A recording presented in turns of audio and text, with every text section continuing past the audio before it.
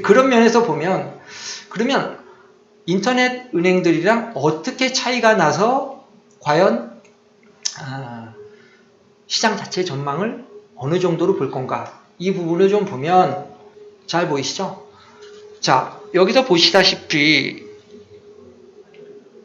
이제 우리가 국내 이제 4대 시중은행 뭐 이렇게 얘기를 합니다. 이게 비용이 좀 많이 들죠? 아무래도 비용이 좀 많이 듭니다. 조사를 잘 이렇게 해놓은 데가 있던데요. 4조가 넘습니다. 3조, 뭐 2조 이런데요. 근데 카카오뱅크나 K뱅크 같은 경우에는 인터넷 은행들은 지점이 별로 없잖아요. 그러니까 그 시스템을 계속 디벨롭하면 사용자가 많아져도 고정비용 나가는 부분이 그렇게 많을까? 그렇게 많지 않죠. 네. 이게 더 커지면 어떻게 될까요? 아까 자산 규모가 10분의 1이었어요. 근데 이게 커지면 이 시장 자체가 제로섬 게임입니다. 즉, 인터넷 은행이 수신에 관련된 것이 커지면 다른 데에서 수신은 줄어야 돼요. 그렇겠죠. 물론 이제 전체적인 파이가 조금씩 커지겠지만, 그러면 과연 시중은행들이 얼마큼 경쟁력이 있을까?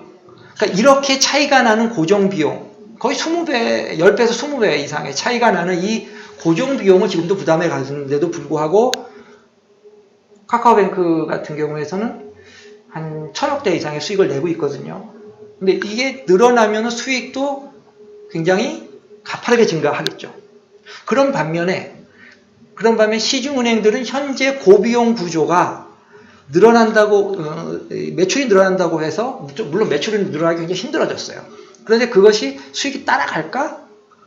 도리어 시장 자체의 그 수신 시장이라든가 이런 시장을 뺏기면 수익률은 나빠지는데 고정 비용은 똑같단 말이에요. 별로 안 줄어요.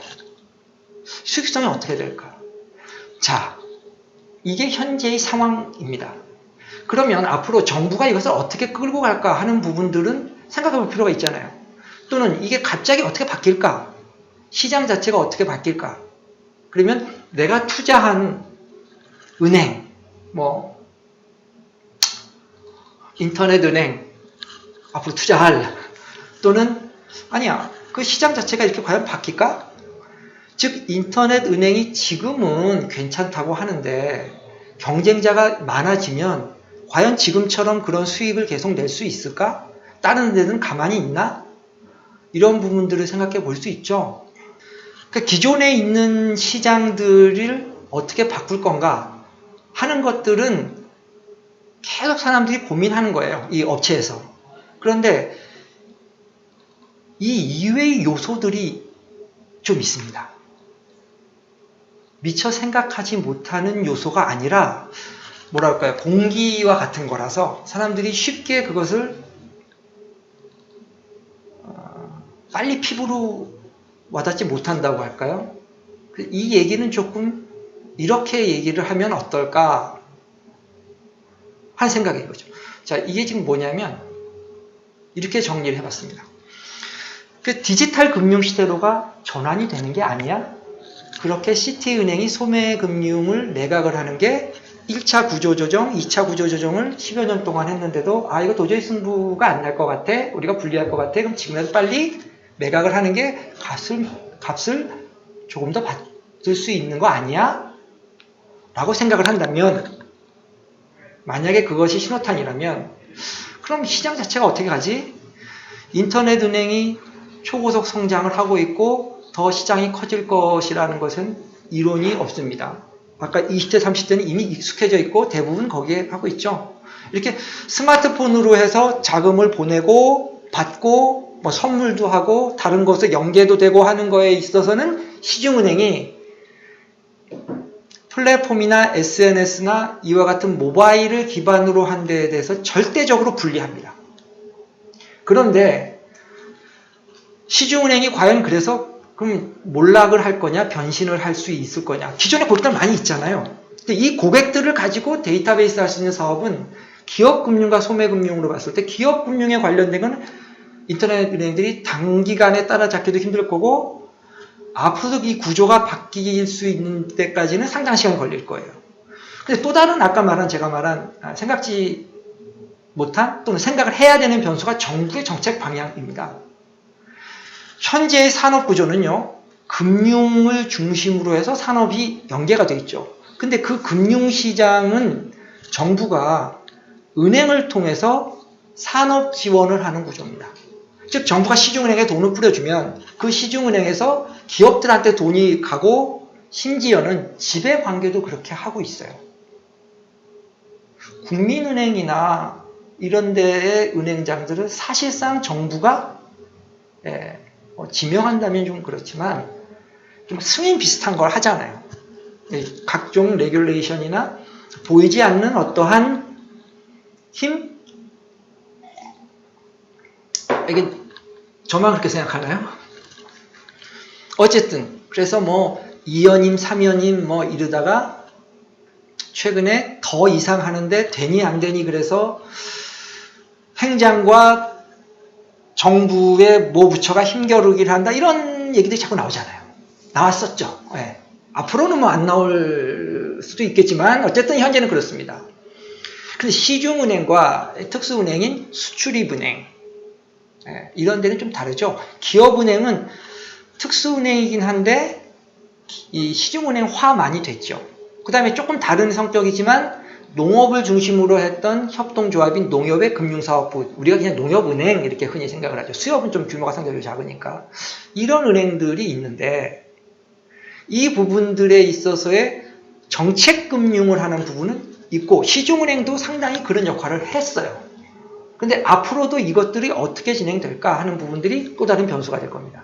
근데 정부의 입장에서는 특히 우리나라와 같이 은행을 통해서 산업을 현재 이렇게 관장을 하고 있는 정부의 입장에서는 이거를 인터넷 은행을 막연히 무한대로 그냥 시중은행을 몰락하는데 난 모르겠다 할 수 있을까? 그 정책 방향이 어떻게 될지에 대한 부분들도 여러분들이 한번 주목해 봐야 될 시장입니다. 또 하나 디지털 법정 화폐입니다.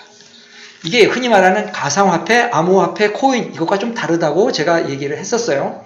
이거는 지난번에 다른 편 코인의 미래? 죽느냐 사느냐? 라는 걸로 제가 녹화를 해서 이 시장 자체에 대한 얘기는 간단히 얘기를 했습니다. 그래서 디지털 위안화와 같이 법정화폐는 일반 코인과 전혀 다르죠. 이것은 그냥 법정화폐입니다. 사실상 정부가 개인들의 흔히 여러분들 말하는 지갑에 돈을 그냥 개인 어카운트에 다 넣고 받고 할 수 있어요. 현실적으로.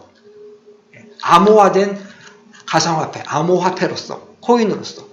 통칭 그냥 가상화폐로서의 시스템으로 다 할 수 있습니다. 근데 그것을 여러분들의 입장에서는 어떨지 모르겠어요. 그냥 내가 주고받은 데만 문제가 없으면 되지만 산업 전체적으로 봤을 때는 그게 다 과연 좋은 방법일까 하는 거에는 아직도 퀘스천 마크가 있습니다. 그래서 정부가 정책 자금을 지원하고 금융 시스템을 예를 들면 지급 준비율 제도로서 은행들에 대해서 자금을 풀었다 쥐었다를 할 수 있어요. 그럼 이 시중은행에서는 그것을 완충작용을 해서 소비자들한테 국민들한테 이것을 금리를 올리거나 내리거나 조건을 까다롭게 하거나 좀 풀어주거나 이렇게 할 수 있는데 이 디지털 법정화폐가 되면 글자 그대로 그냥 주고받고 하는 것만 계속 되는 거예요. 그러니까 이게 완충장치 지역이 없어져요. 이게 과연 시장에 있어서의 임팩트가 너무 강해지고 뭐라 그럴까요? 악유라고 하죠. 이게 야 나는 왜 이래 나는 왜 이래 이런 부분들이 정말 생길 수 있는 극첨예한 부분들을 그냥 둘까? 하는 생각을 안 해볼 수 없습니다. 그 다음에 국제금융시장이에요. 인터넷 뱅크들이 뱅킹 시스템에 의해서 해외 송금이라든가 이런 거 자유롭게 할 수 있죠. 개인 간의 어떤 한도까지는 그럴 수 있습니다. 그렇지만 산업에 있어서의 수단은 조금 각국의 법정화폐들이 다릅니다.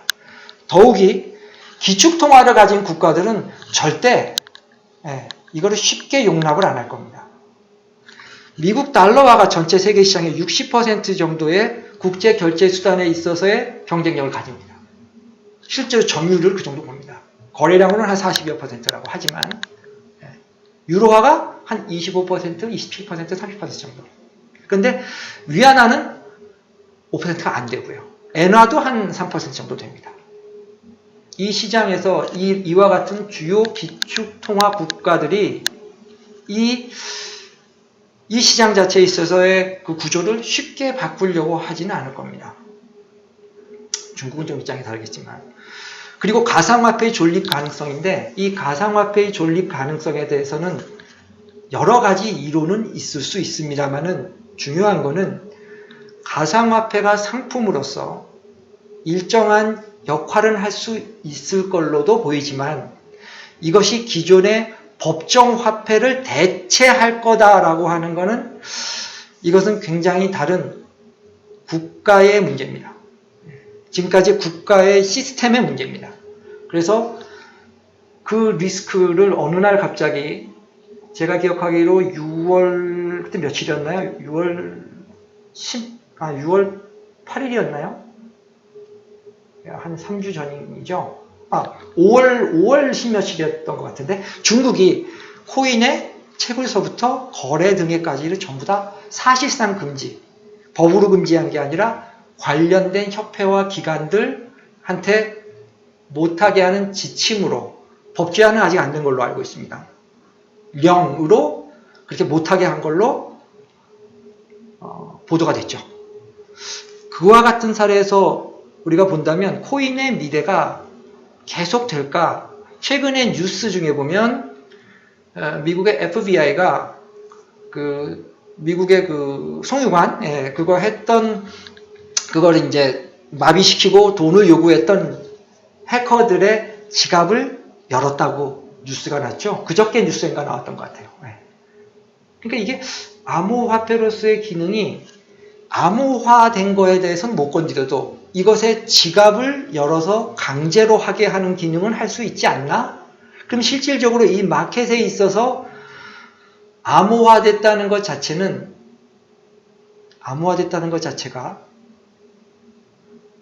과연 보장을 받을 수 있나? 가구 오구는 몰라요. 근데 중간을 열어볼 수 있는 구조를 만든다면, 예를 들면 그와 같은 것을 거래할 때는 반드시 시중은행의 어카운트를 거치게 하는 거예요. 우리나라 지금 그렇게 가고 있죠. 그러면 암호화폐 자체의 기능에 대해서 상당한 부분을 정부 또는 누군가 빅브라더가 보겠다라는 거예요. 통제하겠다는 겁니다. 그러면 암호화폐의 기능이 결과적으로는 암흑세계의 지급수단 어느 날 그래서 그걸 금지시키고, 물론 금지시켜도 무역에서 공식적인 것을 금지시켜도 밀수가 있잖아요. 그런 것처럼 정상적인 소위 말하는 거래 외에 암묵적인 거래에 암흑세계에서 주고받는 수단으로 격화되지는 않을까? 또는 그룹 내에서 주고받는 결제 보조 수단 그와 같은 걸로 바뀌지 않을까? 라는 고민도 있습니다. 종국적으로 본다면 그래서 이 암호화폐, 가상화폐, 코인은 어느 기능이 좀 바뀌거나 할 가능성이 높다고 보이고 국가가 이것을 인정을 할 경우에는 발권의 문제와 즉 법정화폐와의 관계에 있어서의 갈등의 구조가 될 수 있기 때문에 쉽게 허락하지 않을 거다. 그리고 미국에서 계속 지금 워닝 사인을 주고 있는 것을 좀 주목해 봐야 될 겁니다. 거듭 말씀드리지만 블록체인 기술이 암호화폐에 쓰인 거지 블록체인이 암호화폐는 아닙니다.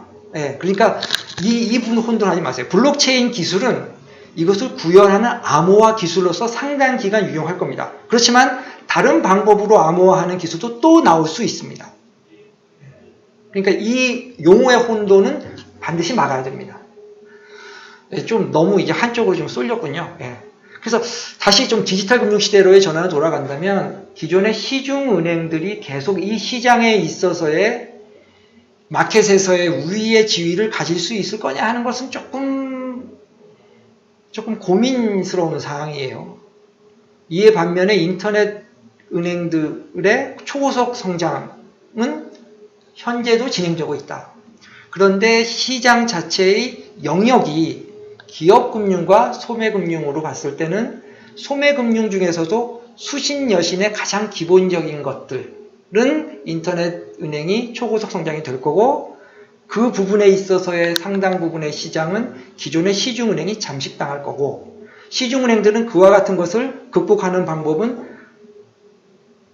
업무 영역에 대해서 특화시킨 거예요. 예를 들면 기업금융을 특화시킨다거나 또는 외환, 국제금융시장을 강화한다든가 전문화한다든가 하는 걸 통해서 시장 자체가 좀 나뉠 텐데, 시중은행이 가지고 있는 기존의 고객들을 인터넷 은행들이 가지고 있는 SNS나 모바일 플랫폼 등을 통해서 하는 모집에 기반을 둔 것처럼 시중은행들도 기존의 고객들과 기업 고객들의 관련된 사람들을 어떻게 잘 해줄 수 있느냐 하는 것이 중요할 거고, 그래서 정부의 그 정책 방향도 어떻게 진행될 건가 하는 부분들을 같이 봐가야 될 걸로 예상이 됩니다. 자, 끝으로 그 문의 오셨던 분이 있는데 라이브 방송은 안 하냐고 했는데, 제가 가만히 생각해 보니까 한 500명, 1000명, 500명이 되면 기념 라이브 방송으로 진행을 한번 해보겠습니다. 1000명 되면 당연히 또 원래 제가 1000명 생각했는데 500명이 되면 해보겠습니다. 라이브 방송으로. 그래서 좀 자유로운 얘기, 또 궁금하신 거 얘기들은 그 자리에서 바로바로 하고 같이 찾아보고 하는 이야기를 나누는 원래의 취지를 좀 살려볼까 하고요. 구독자 500명까지의 제가 약속하면서 다음 또 주제로 또 뵙겠습니다. 감사합니다.